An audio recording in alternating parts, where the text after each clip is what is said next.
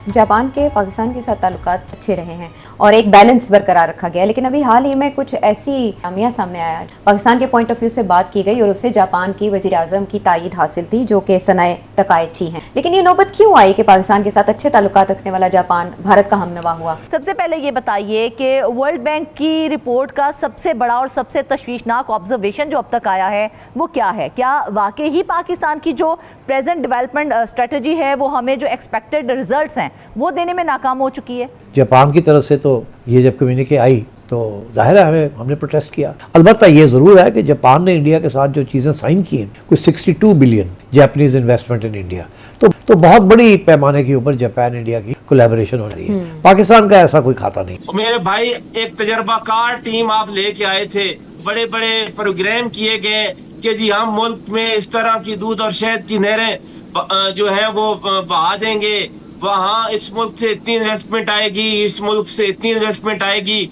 एक जाली किस्म के प्रोग्राम करवाए गए। किसको दिखाना चाहते थे ये झूठ?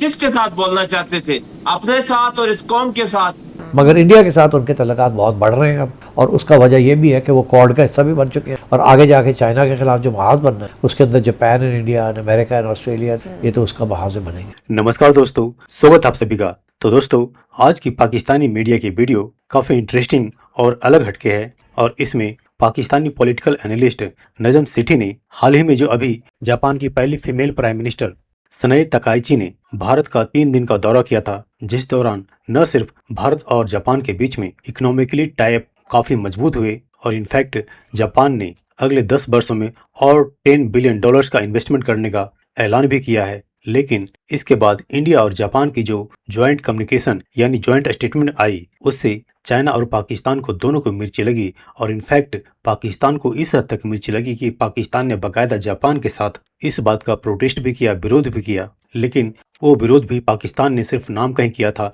क्योंकि पाकिस्तान की इतनी हैसियत ही नहीं है कि वो जापान के सामने ऊंची आवाज़ में बात कर सके, क्योंकि पाकिस्तान को यह भी डर है कि कहीं जापान नाराज हुआ तो जापान सोशल वेलफेयर के नाम पे पाकिस्तान को जो थोड़ा बहुत मदद पहुंचाता है वो भी कहीं बंद ना हो जाए। तो दोस्तों, आइए देखते हैं आज की इस लेटेस्ट वीडियो को।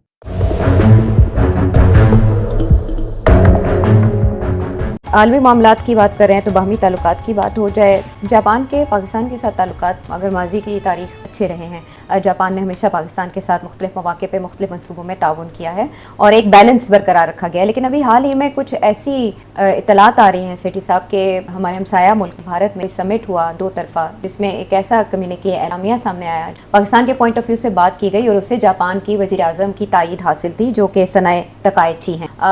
उसको लेके पाकिस्तान की तरफ से सख्त एहतजाज प्रोटेस्ट किया गया है। लेकिन ये नौबत क्यों आई कि पाकिस्तान के साथ अच्छे ताल्लुकात रखने वाला जापान भारत का हमनवा हुआ? हाँ, नहीं, सही है, इस चीज़ को अंडरप्ले किया गया है। मगर बात यह है कि ये जब जापान की प्राइम मिनिस्टर इंडिया गई तो वहाँ लंबी चौड़ी कुछ 30 पॉइंट्स की कम्युनिके जो है शाया हुई। दुनिया की हर बात उसके अंदर आ गई, हर इशू। हाँ, हर इशू आ गया उसके अंदर। इंडिया के जो कंसर्न्स हैं वो भी आ गए और जापान के जो कंसर्न्स हैं वो भी। जापान के कंसर्न्स जो हैं, प्रॉब्लम्स जो हैं, वो साउथ चाइना सी और चाइना के साथ जो प्रॉब्लम्स चल रहे हैं और क्वाड, क्योंकि दोनों क्वाड के हिस्से, और इंडिया के जो है ज़ाहिर है वो पाकिस्तान मसले हैं, जिसके पाकिस्तान वो चाहते हैं पाकिस्तान के साथ जो मसले हैं उसको भी इंक्लूड किया जाए। मगर ये नई बात नहीं है। 2018 में भी इस किस्म की बात हुई थी, फिर 22 में भी हुई और हमने प्रोटेस्ट भी किया था जापान को। वो जब भी इंडिया के साथ बैठते हैं तो इस किस्म की बात आ जाती है, जिसमें पाकिस्तान से क्रॉस बॉर्डर की बात जो है उसका इंडिया हमेशा चाहता है कि इसका जिक्र आ जाए।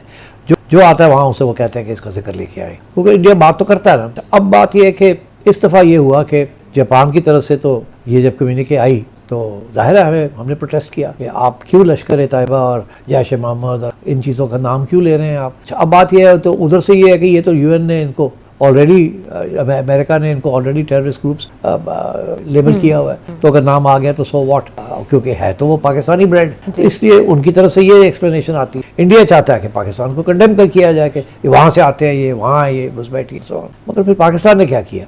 अभी हमारे यहाँ चाइना विजिट थी शहबाज शरीफ साहब की मई में। वहाँ जो जॉइंट कम्युनिके निकली चाइना और पाकिस्तान की, उसके ऊपर जापान को बहुत ज्यादा प्रोटेस्ट किया उसने। हाँ, उसमें क्या था? मई में निकली। हाँ, वो ये थी, उसमें चाइना, आपको पता है ना कि चाइना का सबसे बड़ा प्रॉब्लम ताइवान है और साउथ चाइना सी और अमेरिका का जो वहाँ पूरा क्वाड का जो सिलसिला बना हुआ है, और जापान जिसके अंदर लीडिंग मेंबर है, इंडिया भी लीडिंग मेंबर है उसका। तो चाइना का तो मसला है ना ताइवान का, वो तो कहते हैं हमारी टेरिटरी और किसी वक्त हम ले भी लेंगे, और प्लस उनको फिक्र है कि साउथ चाइना सी में हमारी जो आमदोरफ्त है आना जाने के, उसके ऊपर भी प्रॉब्लम ना हो जाए, क्योंकि अमेरिका तो बैठा हुआ लेके वहाँ भी गड़बड़ की जाए। तो चाइना बड़ा सेंसिटिव है अबाउट दिस। चाइना सेंसिटिव ये है कि चाइना कहता है कि वर्ल्ड वॉर 2 जब खत्म हुआ तो उस वक्त जापान को डिसआर्म कर दिया गया था।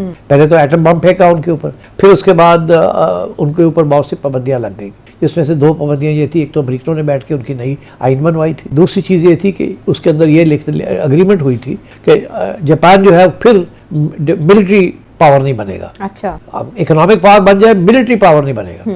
मगर हुआ ये कि हाल ही में जब से ये क्वाड वॉर्ड बनी और चाइना के साथ अमेरिका का इशू बनने लगा, और लगता ऐसा था कि ताइवान जो है वो चाइना किसी न किसी स्टेज पे ले लेगा, और चाइना बड़ा सेंसिटिव हो गया था about the South China Sea and the sea lanes, और 1-2 आइलैंड्स हैं जहाँ झगड़ा भी है, तो जापान ने अपनी डिफेंस स्पेंडिंग बढ़ा दी। अच्छा, अब वो अमेरिका के कहने पर बढ़ाई या खुद बढ़ा दी, या वो आप समझते हैं कि वो जो पुराने प्रोटोकॉल्स थे उसके ऊपर अब पाबंदी नहीं है, हम करेंगे। तो चाइना इज़ वेरी अपसेट कि ये जापान फिर ही आर्म कर रहा है। अब चाइना को जो तारीखी जो वाकया है जो वो कभी भूल नहीं सकता, वो ये है कि सेकेंड वर्ल्ड वॉर में जापान ने चाइना के ऊपर ऑक्यूपेशन की, और उस ऑक्यूपेशन के ओवर 1 मिलियन 10 लाख से ज़्यादा चाइनीज़ मार दिए। बहुत ब्रूटल किस्म की ऑक्यूपेशन थी चाइना वो आज तक नहीं भूला। चाइना हमेशा जापान को बड़ी शक की नज़रों से देखता है और समझता है कि अभी भी उनका ये है कि ये फैशिज्म फिर से ना उभर आए जापान के अंदर, फिर से मिलिट्रिज्म ना हो जाए, और इसलिए चाइना इज़ वेरी कंसर्न्ड।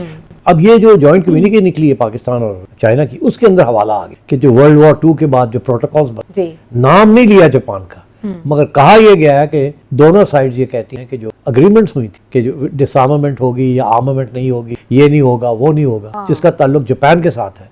अच्छा, अब उसके पाकिस्तान का तो खास इंटरेस्ट नहीं, बस चाइना की तरफ से वो चीज़ें डाल दी गई।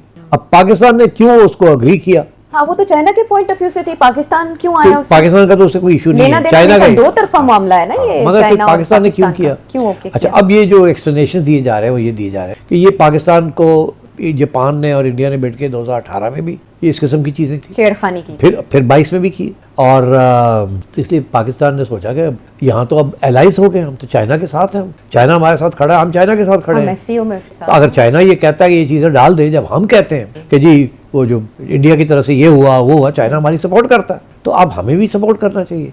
तो पाकिस्तान ने ये कर दिया, जापान ने रिएक्शन किया, इंडिया को मौका मिल गया, जापान का ये रिएक्शन आ गया कि जी फिर ठीक है हम भी ये डाल देते हैं। अच्छा, तो मेरा ख्याल है कि ये इतनी सीरियस चीज़ नहीं है। जो मेरी इन्फॉर्मेशन है कि पाकिस्तान ने डिमार्च कर दिया है, प्रोटेस्ट किया है, और मेरा ख्याल है दोनों साइड्स ने कहा यार छोड़ो परे, हमारी भी मजबूरी थी, आपकी भी मजबूरी थी, ठीक है छोड़ो। अलबत्ता ये ज़रूर है कि जापान ने इंडिया के साथ जो चीज़ें साइन की हैं, कुछ 62 बिलियन, 62 अरब डॉलर्स की अगले 10 साल के लिए जापानीज इन्वेस्टमेंट इन इंडिया, तो बहुत बड़ी पैमाने के ऊपर जापान इंडिया की कोलैबोरेशन हो रही है। पाकिस्तान का ऐसा कोई खाता नहीं, हमारी तो बड़ी लिमिटेड किस्म की एंगेजमेंट है। मगर अलबत्ता ये ज़रूर है कि जब भी यहाँ कोई नेचुरल डिजास्टर होता है या कोई मसला होता है, तो जापान हमेशा आपकी मदद करता है। तो हमारे तल्लुकात जापान के साथ बड़े अच्छे, और जापान ने वो रखना चाहेगा हमारे साथ अच्छे तल्लुकात, मगर इंडिया के साथ उनके तल्लुकात बहुत बढ़ रहे हैं, अब जारी है।